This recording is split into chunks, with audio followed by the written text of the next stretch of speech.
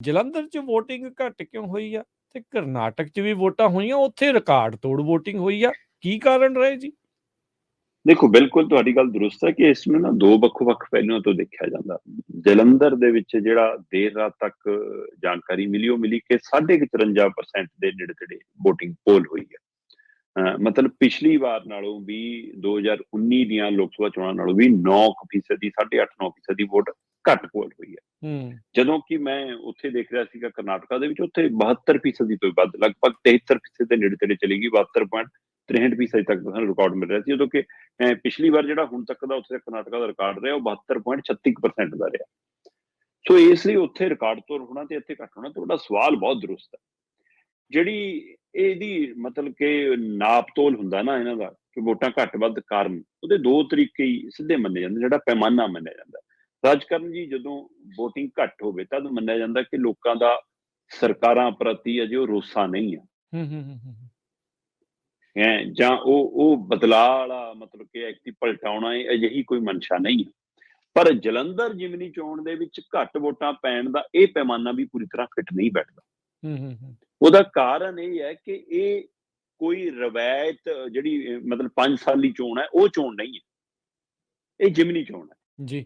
ਸੋ ਲੋਕਾਂ ਨੂੰ ਇਸ ਚੋਣ 'ਚ ਉਨਾ ਉਤਸ਼ਾਹ ਨਹੀਂ ਸੀ ਜਿੰਨਾ ਉਤਸ਼ਾਹ ਪਾਰਟੀਆਂ ਨੂੰ ਜਾਂ ਉਮੀਦਵਾਰਾਂ ਨੂੰ ਜਾਂ ਲੀਡਰਾਂ ਨੂੰ ਸੀ। ਕਿਉਂਕਿ ਲੀਡਰ ਇਸ 'ਚੋਂ 2024 ਦਾ ਆਪਣਾ ਸੈਮੀਫਾਈਨਲ ਦੇਖ ਰਹੇ ਨੇ। ਲੀਡਰ ਦੇਖ ਰਹੇ ਨੇ ਕਿ ਪੰਜਾਬ ਦੇ ਵਿੱਚ ਉਹ ਪਾਰਟੀ ਨੂੰ ਹੁੰਗਾਰਾ ਮਿਲ ਜਾਣਾ ਜਿਹਨੇ ਇਹ ਜਿਮਨੀ ਚੋਣ ਜਿੱਤ ਲਈ। ਇਸ ਲਈ 2024 'ਚ ਆਪਣੀਆਂ ਸੀਟਾਂ ਪੱਕੀਆਂ ਕਰਨ ਲਈ, 13 ਚੋਂ ਵੱਧ ਮਾਰਕਾਂ ਮਾਰਨ ਦੇ ਲਈ ਉਹਨਾਂ ਨੂੰ ਲੱਗਦਾ ਜਲੰਧਰ ਜਿੱਤਣਾ ਜ਼ਰੂਰੀ ਹੈ। ਇਸ ਲਈ ਉਹਨਾਂ ਨੇ ਪੂਰਾ ਜ਼ੋਰ ਲਾਇਆ। ਸਰਕਾਰ ਲਈ ਨੱਕ ਦਾ ਸਵਾਲ ਕਿ ਜਿਮਨੀ ਚੋਣ ਦੂਜੀ ਨਾ ਹਾਰ ਜਾਈਏ, ਕਾਂਗਰਸ ਲਈ ਆਪਣੀ ਸੀਟ ਬਚਾਉਣ ਦਾ ਸਵਾਲ, ਅਕਾਲੀਆਂ ਲਈ ਮੁੜ ਉੱਭਰਨ ਦਾ ਸਵਾਲ ਹੈ ਨਾ, ਬੀਜੇਪੀ ਲਈ ਪੈਰ ਜਮਾਉਣ ਦਾ ਸਵਾਲ। ਸੋ ਇਹ ਸਵਾਲ ਲੀਡਰਾਂ ਲਈ, ਪਾਰਟੀਆਂ ਲਈ, ਉਮੀਦਵਾਰਾਂ ਲਈ, ਉਹਨਾਂ ਦੇ ਸਮਰਥਕਾਂ ਲਈ ਵੱਡਾ ਸੀ। ਪਰ ਲੋਕ ਕਹਿੰਦੇ ਨਾ ਇਹਦੇ ਨਾਲ ਮੋਦੀ ਦੀ ਸਰਕਾਰ ਗਿਰਨੀ ਆ, ਨਾ ਇਹਦੇ ਨਾਲ ਮੋਦੀ ਦੀ ਸਰਕਾਰ 'ਚ ਸਾਡੇ ਬੰਦੇ ਨੇ ਪਹੁੰਚ ਜਾਣਾ ਹੈ, ਨਾ ਉਹਨੇ ਕੋਈ ਮੰਤਰੀ ਬਣ ਜਾਣਾ, ਨਾ ਇਹਦੇ ਨਾਲ ਪੰਜਾਬ ਦੀ ਸਰਕਾਰ ਦੇ ਕੋਈ ਪਾਵੇ ਹਿੱਲਣ ਲੱਗੇ ਨੇ, ਨਾ ਪੰਜਾਬ ਦੀ ਸਰਕਾਰ ਬਚਣ ਲੱਗੀ ਆ। ਸੋ ਕਾਹਦਾ ਉਤਸ਼ਾਹ? ਲੋਕਾਂ 'ਚ ਕੋਈ ਉਤਸ਼ਾਹ ਨਹੀਂ ਸੀ।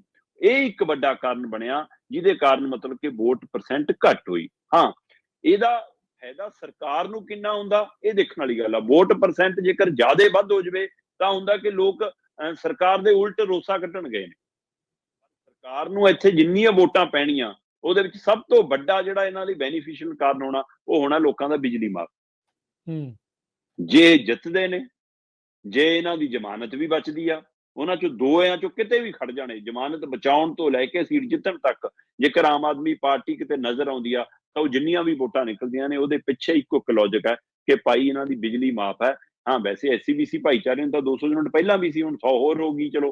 ਪਰ ਦੂਏ ਘਰਾਂ ਨੂੰ, ਜਿਹੜੇ ਜਨਰਲ ਵਰਗ ਨੂੰ, ਆਮ ਵਰਗ ਨੂੰ ਹੋਈ ਆ, ਉਹਦਾ ਇਹਨਾਂ ਨੂੰ ਫਾਇਦਾ ਜ਼ਰੂਰ ਮਿਲਣਾ। ਪਰ ਅਗਲੇ ਤਾਂ ਉੱਥੇ ਹਿਸਾਬ ਲਾਈ ਬੈਠੇ ਸੀ ਕਿ 14 ਮਹੀਨੇ ਹੋ ਗਏ ਜੀ, 15 ਮਹੀਨੇ ਹੋ ਗਏ ਜੀ, ਸਾਡਾ 15,000 ਬਣਦਾ। ਬੀਬੀਆਂ ਕਹਿੰਦੀਆਂ ਉਹ ਕਿੱਥੇ ਹੈ?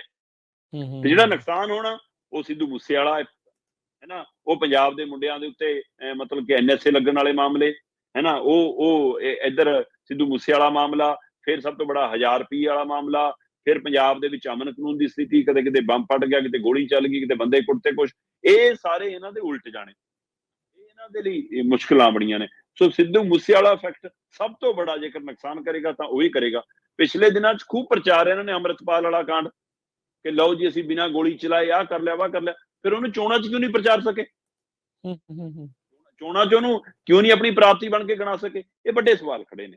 ਸੋ ਇਸ ਲਈ ਸਭ ਤੋਂ ਕਮਜ਼ੋਰ ਕੰਪੇਨ ਕਾਂਗਰਸ ਦੀ ਸੀ, ਉਹਦੇ ਬਾਵਜੂਦ ਮੰਨਿਆ ਜਾ ਰਿਹਾ ਕਿ ਉਹ ਦੌੜ 'ਚ ਮੂਹਰੇ ਆ। ਸਭ ਤੋਂ ਪਲੈਨਡ ਕੰਪੇਨ ਜਿਹੜੀ ਵੋਟਾਂ ਪਵਾਉਣ ਤੱਕ ਰਹੀ, ਉਹ ਆਮ ਆਦਮੀ ਪਾਰਟੀ ਦੀ ਸੀ ਕਿ ਸਾਰੇ MLA ਉੱਥੇ ਬਿਠਾਈ ਰੱਖੋ, ਵੋਟ ਵਾਲੇ ਦਿਨ ਵੀ ਬਿਠਾਈ ਰੱਖੋ, ਜਿਹੜਾ ਉਹ ਸਵਾਲ ਬਣਿਆ।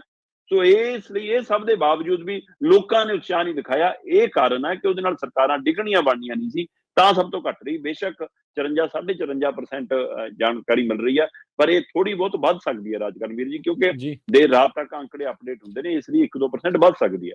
ਜਿੱਥੋਂ ਤੱਕ ਉੱਥੇ ਦੀ ਗੱਲ ਆ ਕਰਨਾਟਕਾ ਦੀ, ਤਾਂ ਕਰਨਾਟਕਾ ਦੇ ਵਿੱਚ ਜਿਵੇਂ ਚੋਣਾਂ ਦਾ ਨਾਟਕ ਹੁੰਦਾ ਰਿਹਾ, ਸਰਕਾਰਾਂ ਡਿੱਗਣ ਦਾ ਨਾਟਕ ਹੁੰਦਾ ਰਿਹਾ, ਉੱਥੇ ਲੋਕਾਂ 'ਚ ਲੱਗ ਰਿਹਾ ਕਿ BJP ਪ੍ਰਤੀ ਭਰੋਸਾ ਵੱਧ ਗਿਆ ਸੀ।